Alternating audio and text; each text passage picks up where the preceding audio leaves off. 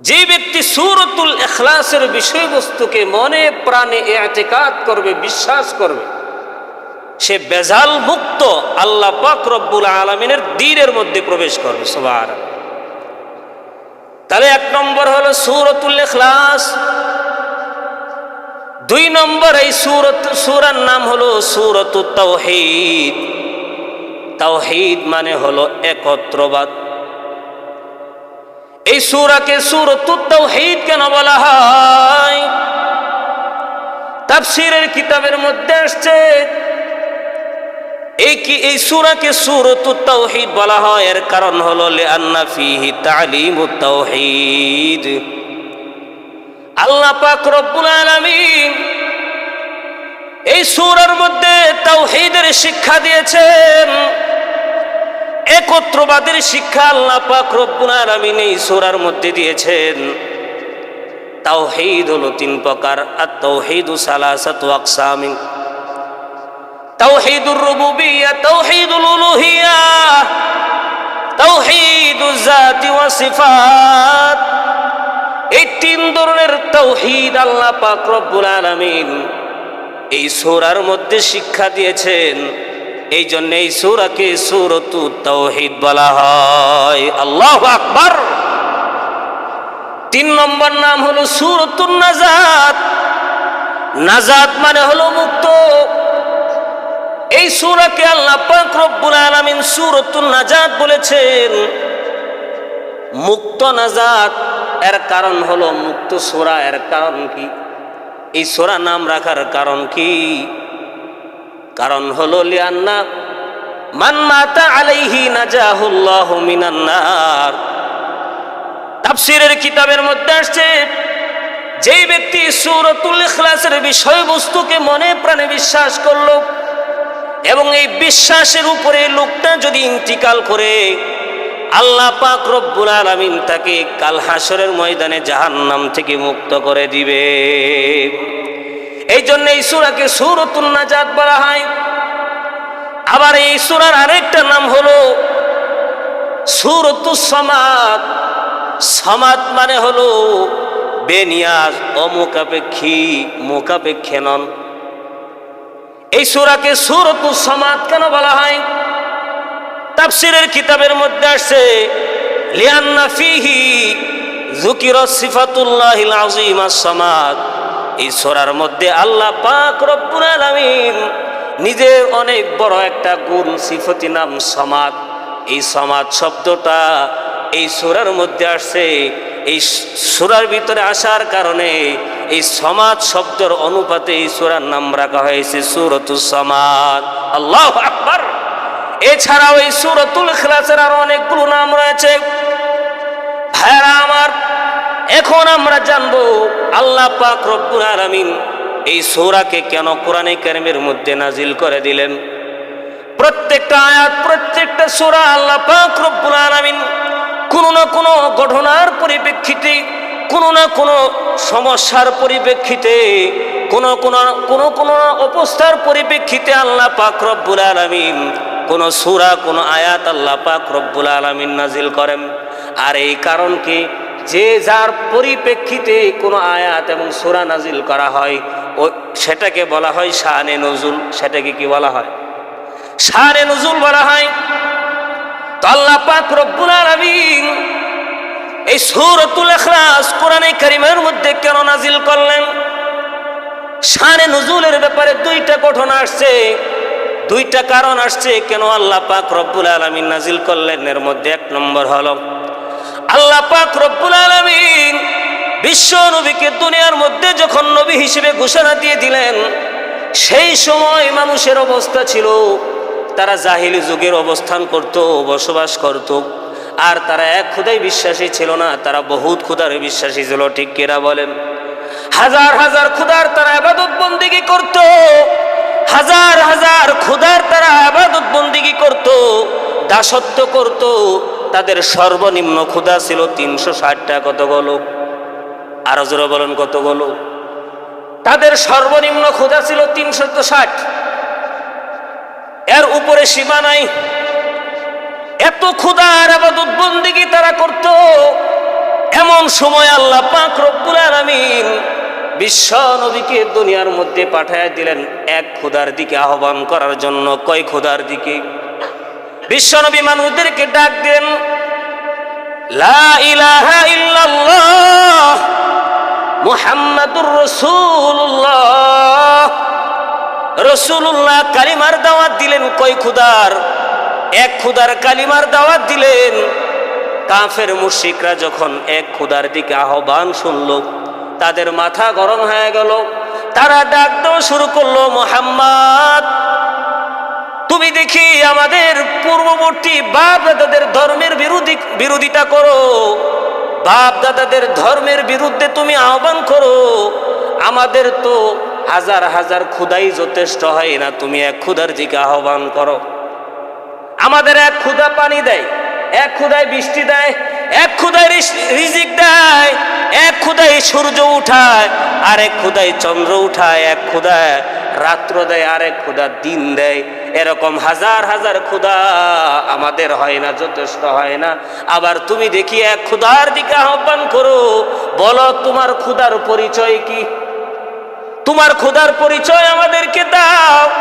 যখন আল্লাহর পরিচয় বিশ্ব নবীর কাছে চাইলো, আল্লাহ পাক রব্বুল আলামিন নিজের পরিচয় তুলে ধরে সূরাতুল ইখলাস কোরআনে কারীমের মধ্যে নাজিল করে দিলেন। কুল হুয়াল্লাহু আহাদ আল্লাহুস সামাদ লাম ইয়ালিদ ওয়া লাম ইউলাদ ওয়া লাম ইয়াকুল লাহু কুফুয়ান আহাদ। আল্লাহু আকবার।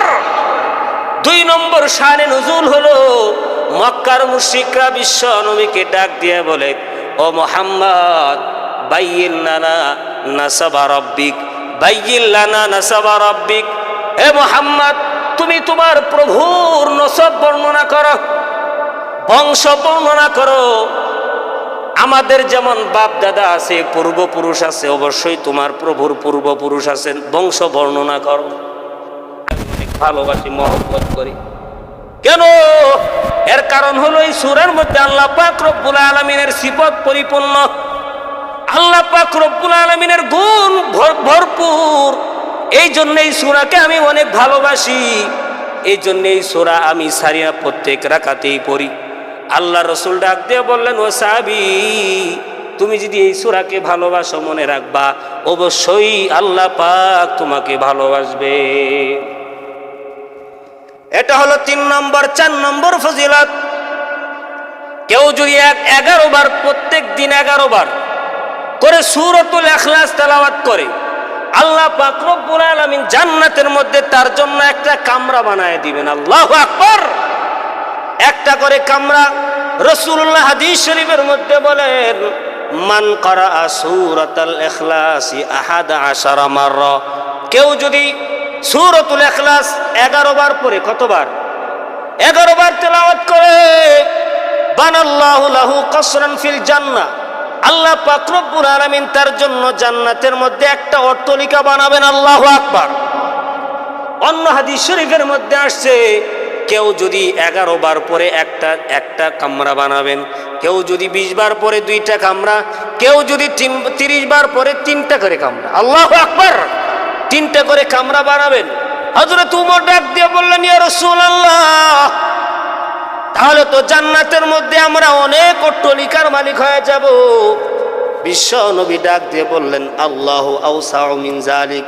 এই উমর মনে রাখবা, আল্লাহ পাক রব্বুল আলামিনের রহমত এর চাইতেও বেশি। আল্লাহ চাইলে আরো বেশি বানায়। ভাইরা আমার, সূরাতুল ইখলাসকে যারা ভালোবাসে, মহব্বত করে, হাদিস শরীফের মধ্যে আসছে যে 70,000 ফেরেশতা, 70,000 ফেরেশতা তার জানাজায় অংশগ্রহণ করবে। 70,000 ফেরেশতা তার জানাজায় অংশগ্রহণ করবে। একজন সাহাবী মুয়াবিয়া ইবনে মুয়াবিয়া আল মাজনী রাদিয়াল্লাহু আনহু, একজন সাহাবী, তিনি ইন্তিকাল করেছেন। ইন্তিকাল করার পরে জানাজা হবে। জানাজার সময় হযরত জিবরিল আমিন সহ 70,000 ফেরেশতা দুনিয়াতে অবতরণ করেছে। নবীজি ডাক দিয়ে বললেন, জিবরিলকে ডাক দিয়ে বললেন, এতগুলো ফেরেশতা দুনিয়াতে অবতরণ করেছেন, মুআবিয়া ইবনে মুআবিয়া আল মাজুনির কি আমল, যার কারণে ফেরেশতারা তার জানাজার সম্মানার্থে তারা আসমান থেকে দুনিয়াতে অবতরণ করেছে। জিবরিল আমিন ডাক দিয়ে বললেন, ইয়া রাসূলুল্লাহ, ইয়া হাবিব আল্লাহ, আপনার এই সাহাবী মুআবিয়া ইবনে মুআবিয়া সে সূরাতুল ইখলাসকে অধিক পরিমাণ তেলাওয়াত করে, তেলাওয়াত করার কারণে তার সম্মানার্থে আল্লাহ পাক রব্বুল আলামিন আসমান থেকে ৭০,০০০ ফেরেশতা সহ আমি জিবরিলকে সহ দুনিয়ার মধ্যে তার সম্মানার্থে পাঠিয়ে দিয়েছেন আল্লাহ। আল্লাযী আরসালাহুল্লাহু তাআলা বিল হাক্কি বাশীরান ওয়া নাযীরা وداعيا إلى الله بإذنه وسراجا منيرا أما بعد فأعوذ بالله من الشيطان الرجيم بسم الله الرحمن الرحيم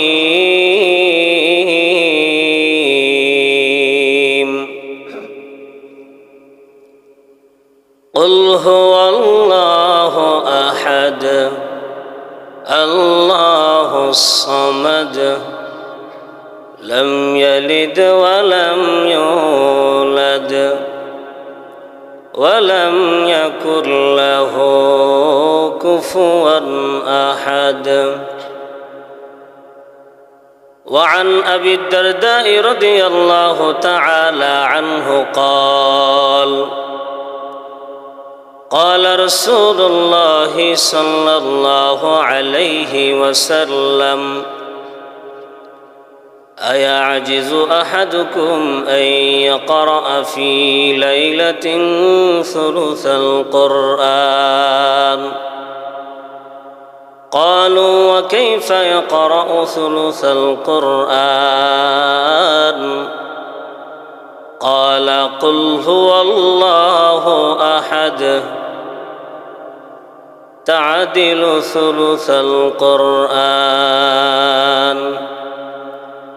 أو كما قال عليه الصلاة والسلام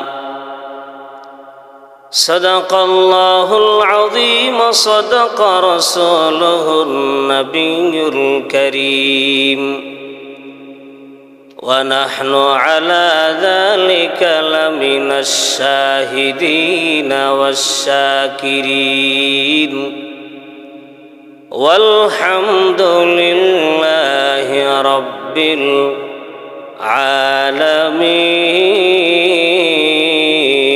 العالمين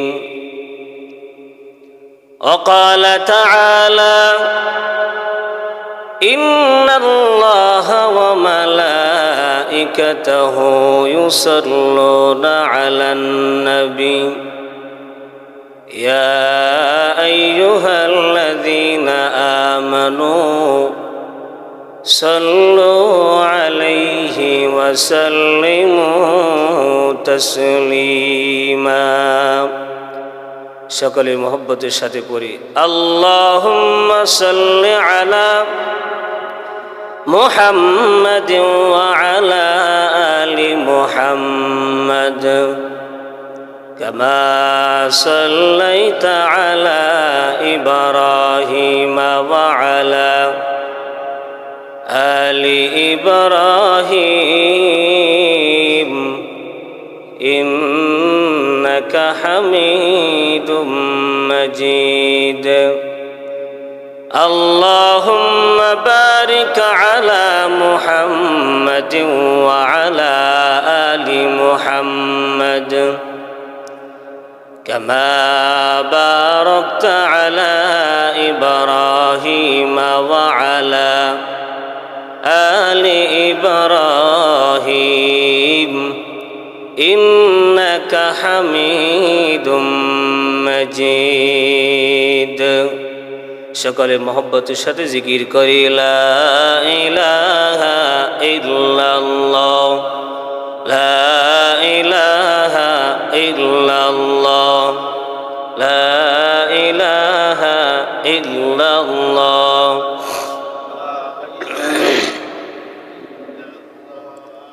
লা ইলাহা ইল্লাল্লাহ, লা ইলাহা ইল্লাল্লাহ, লা ইলাহা ইল্লাল্লাহ, লা ইলাহা ইল্লাল্লাহ, লা ইলাহা ইল্লাল্লাহ মুহাম্মাদুর রাসূলুল্লাহ।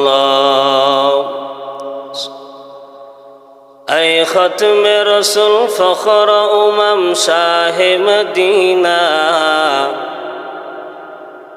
ऐ ख़त्म रसूल फ़ख्र उमम शाह मदीना,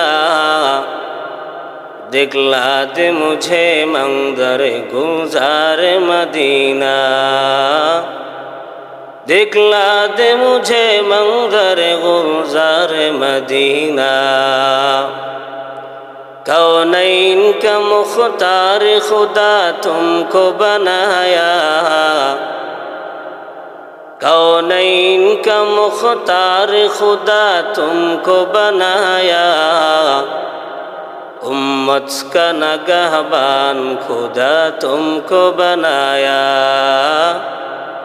उम्मत का नगहबान खुदा तुमको बनाया। আলহামদুলিল্লাহ, আল্লাহ পাক রব্বুল আলামিনের দরবারে সর্বপ্রথম শুকর আদায় করি, যিনি আমাদেরকে পবিত্র এই রজব মাসে পবিত্র জুমার দিন জুমার সালাত আদায়ের উদ্দেশ্যে আল্লাহ পাক রব্বুল আলামিন হাজারো মানুষ থেকে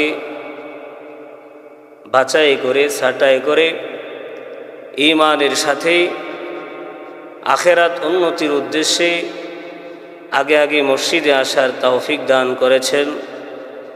এই জন্য সে মহান মালিকের দরবারে অন্তঃস্থল থেকে উচ্চ আওয়াজে মুসলমানের কণ্ঠে শুকর আদায় করি, সকলেই পড়ি আলহামদুলিল্লাহ। মুহতারাম মুসল্লিয়ানি কারাম, আজকে আপনাদের সামনে কোরআনে কারীমের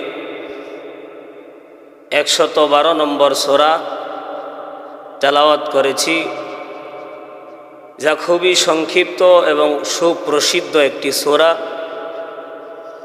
সমাজের এমন কোনো মানুষ নাই যার এই সূরা মুখস্থ নাই।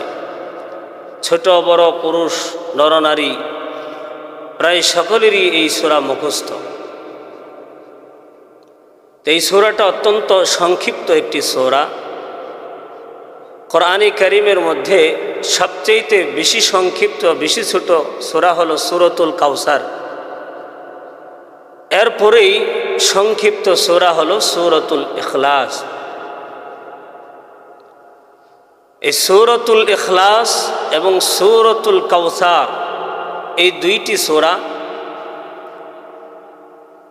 দুইজনের শানে আল্লাহ পাক রব্বুল আলামিন নাজিল করেছেন। সূরাতুল কাউসার নাজিল করেছেন বিশ্বনবী মুহাম্মদুর রাসূলুল্লাহ সাল্লাল্লাহু আলাইহি ওয়াসাল্লামের শানে, যেখানে বিশ্বনবী মুহাম্মদুর রাসূলুল্লাহ সাল্লাল্লাহু আলাইহি ওয়াসাল্লামের বিভিন্ন উপদেশ এবং ভবিষ্যৎবাণীর কথা বলেছেন এবং বিশ্বনবীকে সান্ত্বনা দিয়েছেন। আর সূরাতুল ইখলাস আল্লাহ পাক রব্বুল আলামিন নাজিল করেছেন স্বয়ং আল্লাহ পাক রব্বুল আলামিন নিজের শান বর্ণনা করা যায়। এই সূরার মধ্যে আল্লাহ পাক রব্বুল আলামিন নিজের শান, নিজের গুণ, নিজের পরিচয় বর্ণনা করেছেন। এই সূরাতুল ইখলাস এত সংক্ষিপ্ত একটি সূরা। এই সূরার মধ্যে আয়াতের সংখ্যা হলো 4টি, শব্দের সংখ্যা হলো 15টি। অক্ষরের সংখ্যা হলো 47টি। এত সংক্ষিপ্ত একটি সূরা। সূরাতুল ইখলাস এটা আল্লাহ পাক রব্বুল আলামিন মক্কায় নাজিল করেছেন।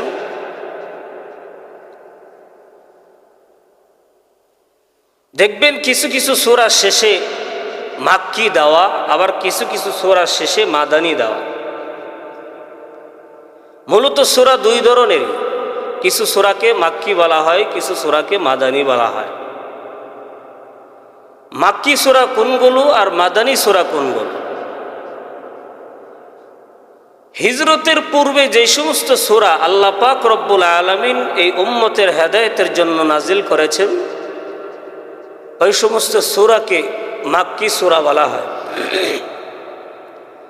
যেমন সূরাতুল ইখলাস, এটা মক্কায় নাজিল করেছেন হিজরতের আগে, এই জন্য সূরাতুল ইখলাসকে মাক্কি সূরা বলা হয়। সূরাতুল ফালাক, সূরাতুন নাস সবগুলোকে মাক্কি সূরা বলা হয়, কারণ এই সূরাগুলো হিজরতের আগে মক্কায় নাজিল হয়েছে। আবার সূরাতুল বাকারা, এটা শেষে দেওয়া আছে মাদানী, সূরাতুল বাকারাতি মাদানিয়া। এর কারণ হলো এই সূরাটা আল্লাহ পাক রব্বুল আলামিন হিজরতের পরে নাজিল করেছেন,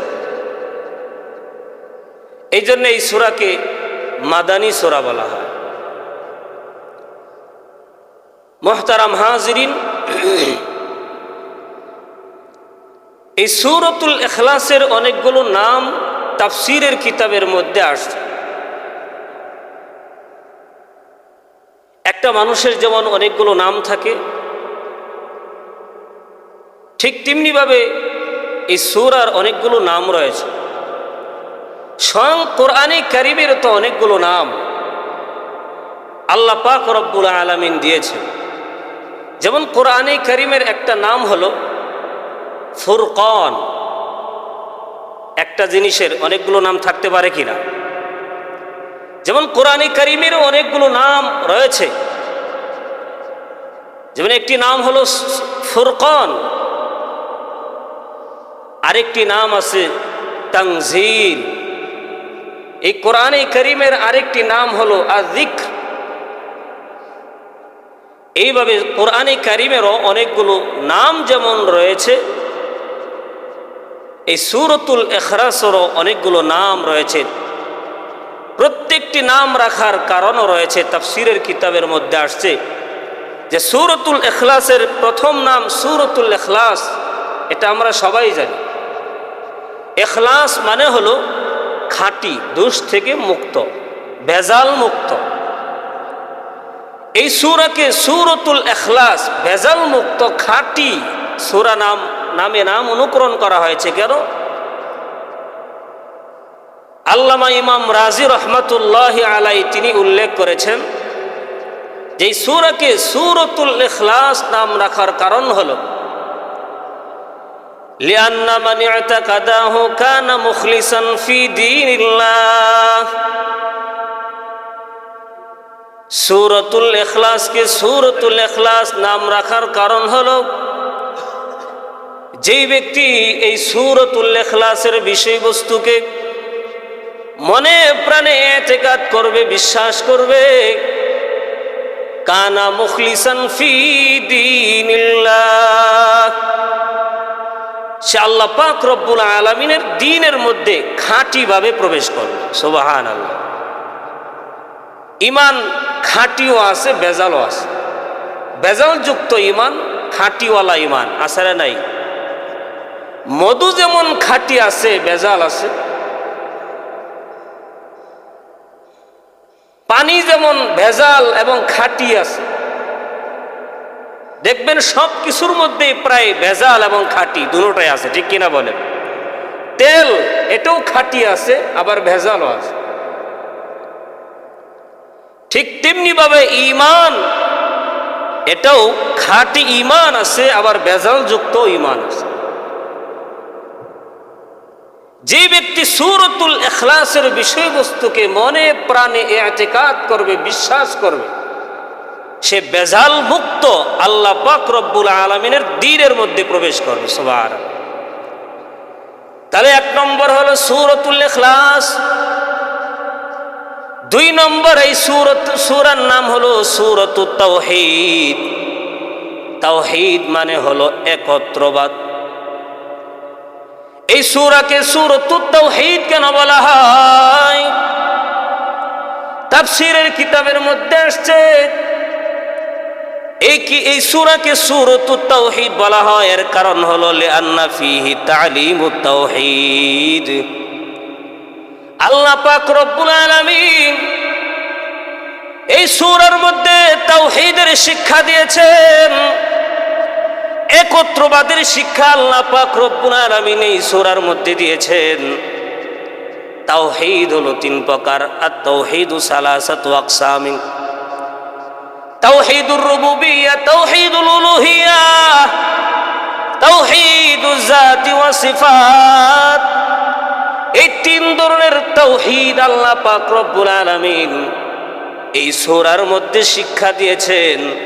এই জন্য এই সূরাকে সূরাতুত তাওহীদ বলা হয়। আল্লাহু আকবার। 3 নম্বর নাম হলো সূরাতুন নাজাত। নাজাত মানে হলো মুক্ত। এই সূরাকে আল্লাহ পাক রব্বুল আলামিন সূরাতুন নাজাত বলেছেন। মুক্ত নাজাত, এর কারণ হলো মুক্ত সূরা। এর কারণ কি? এই সূরা নাম রাখার কারণ কি? কারণ হলো লিআন্না মান মাতা আলাইহি নাজাহুল্লাহু মিনান নার। তাফসীরের কিতাবের মধ্যে আসছে যেই ব্যক্তি সূরাতুল ইখলাসের বিষয়বস্তুকে মনে প্রাণে বিশ্বাস করলো এবং এই বিশ্বাসের উপরে লোকটা যদি ইন্তিকাল করে, আল্লাহ পাক রব্বুল আলামিন তাকে কাল হাসরের ময়দানে জাহান্নাম থেকে মুক্ত করে দিবে। এই জন্য এই সূরাকে সূরাতুন নাজাত বলা হয়। আবার এই সূরার আরেকটা নাম হলো সূরাতুস সামাদ। সামাদ মানে হলো বেনিয়াজ, অমুখাপেক্ষী, মুখাপেক্ষী নন। এই সূরাকে সূরাতুস সামাদ কেন বলা হয়? তাফসীরের কিতাবের মধ্যে আসছে লিআন্না ফীহি যুকিরা সিফাতুল্লাহিল আযীমাস সামাদ। এই সূরার মধ্যে আল্লাহ পাক রব্বুল আলামিন নিজের অনেক বড় একটা গুণ সিফতি নাম সামাদ। এই সামাদ শব্দটা এই সূরার মধ্যে আসছে। এই সূরার ভিতরে আসার কারণে এই সামাদ শব্দের অনুপাতে এই সূরার নাম রাখা হয়েছে সূরাতুস সামাদ। আল্লাহু আকবার। এছাড়াও এই সূরাতুল ইখলাসের আরো অনেকগুলো নাম রয়েছে। ভাইরা আমার, এখন আমরা জানবো আল্লাহ পাক রব্বুল আলামিন এই সূরাকে কেন কোরআনে কারীমের মধ্যে নাজিল করে দিলেন। প্রত্যেকটা আয়াত, প্রত্যেকটা সূরা আল্লাহ পাক রব্বুল আলামিন কোনো না কোনো ঘটনার পরিপ্রেক্ষিতে, কোনো না কোনো সমস্যার পরিপ্রেক্ষিতে, কোনো অবস্থার পরিপ্রেক্ষিতে আল্লাহ পাক রব্বুল আলামিন কোন সূরা, কোন আয়াত আল্লাহ পাক রব্বুল আলামিন নাজিল করেন। আর এই কারণ কি? যে যার পরিপ্রেক্ষিতে কোনো আয়াত এবং সূরা নাজিল করা হয় ও সেটাকে বলা হয় শানে নুজুল। সেটাকে কি বলা হয়? শানে নুজুল বলা হয়। তো আল্লাহ পাক রব্বুল আলামিন এই সূরাতুল ইখলাস কোরআনে কারীমের মধ্যে কেন নাজিল করলেন? শানে নুজুলের ব্যাপারে 2টা ঘটনা আসছে, 2টা কারণ আসছে কেন আল্লাহ পাক রব্বুল আলামিন নাজিল করলেন। এর মধ্যে 1 নম্বর হলো আল্লাহ পাক রব্বুল আলামিন বিশ্ব নবীকে দুনিয়ার মধ্যে যখন নবী হিসেবে ঘোষণা দিয়ে দিলেন, সেই সময় মানুষের অবস্থা ছিল তারা জাহিলি যুগের অবস্থান করত, বসবাস করত। আর তারা এক খোদাই বিশ্বাসী ছিল না, তারা বহুত খোদার বিশ্বাসী ছিল। ঠিক কিনা বলেন? হাজার হাজার খোদার তারা ইবাদত বন্দেগী করত, হাজার হাজার খোদার তারা ইবাদত বন্দেগী করত, দাসত্ব করত। তাদের সর্বনিম্ন খোদা ছিল 360টা। কতগুলো? আরো জোরে বলেন, কতগুলো? তাদের সর্বনিম্ন খোদা ছিল 360। এর উপরে সীমা নাই। এত খোদার ইবাদত বন্দেগী তারা করত। এমন সময় আল্লাহ পাক রব্বুল আলামিন বিশ্ব নবীকে দুনিয়ার মধ্যে পাঠায় দিলেন এক খোদার দিকে আহ্বান করার জন্য। কয় খোদার দিকে? বিশ্ব নবী মানুষদেরকে ডাক দেন, লা ইলাহা ইল্লাল্লাহ মুহাম্মাদুর রাসূলুল্লাহ। রাসূলুল্লাহ কালিমার দাওয়াত দিলেন। কয় খোদার? এক খোদার কালিমার দাওয়াত দিলেন। কাফের মুশরিকরা যখন এক খোদার দিকে আহ্বান শুনল, তাদের মাথা গরম হয়ে গেল। তারা ডাক দেওয়া শুরু করলো, মুহাম্মদ তুমি দেখি আমাদের পূর্ববর্তী বাপ দাদাদের ধর্মের বিরোধিতা করো, বাপ দাদাদের ধর্মের বিরুদ্ধে তুমি আহ্বান করো। আমাদের তো হাজার হাজার খুদাই যথেষ্ট হয় না, তুমি এক খুদার দিকে আহ্বান করো। আমাদের এক খুদা পানি দেয়, এক খুদাই বৃষ্টি দেয়, এক খুদাই রিজিক দেয়, এক খুদাই সূর্য উঠায়, আরেক খুদাই চন্দ্র উঠায়, এক খুদায় রাত্র দেয়, আরেক খুদা দিন দেয়। এরকম হাজার হাজার খুদা আমাদের হয় না, যথেষ্ট হয় না। আবার তুমি দেখি এক খুদার দিকে আহ্বান করো। বলো তোমার খুদার পরিচয় কি? তোমার খুদার পরিচয় আমাদেরকে দাও। যখন আল্লাহর পরিচয় বিশ্ব নবীর কাছে চাইলো, আল্লাহ পাক রব্বুল আলামিন নিজের পরিচয় তুলে ধরে সূরাতুল ইখলাস কোরআনে কারীমের মধ্যে নাজিল করে দিলেন। কুল হুয়াল্লাহু আহাদ আল্লাহুস সামাদ লাম ইয়ালিদ ওয়া লাম ইউলাদ ওয়া লাম ইয়াকুল লাহু কুফুয়ান আহাদ। আল্লাহু আকবার। 2 নম্বর শানে নুজুল হলো, মক্কার মুশরিকরা বিশ্ব নবীকে ডাক দিয়ে বলে, ও মুহাম্মদ বাইয়িন লানা নাসাবা রাব্বিক, বাইয়িন লানা নাসাবা রাব্বিক।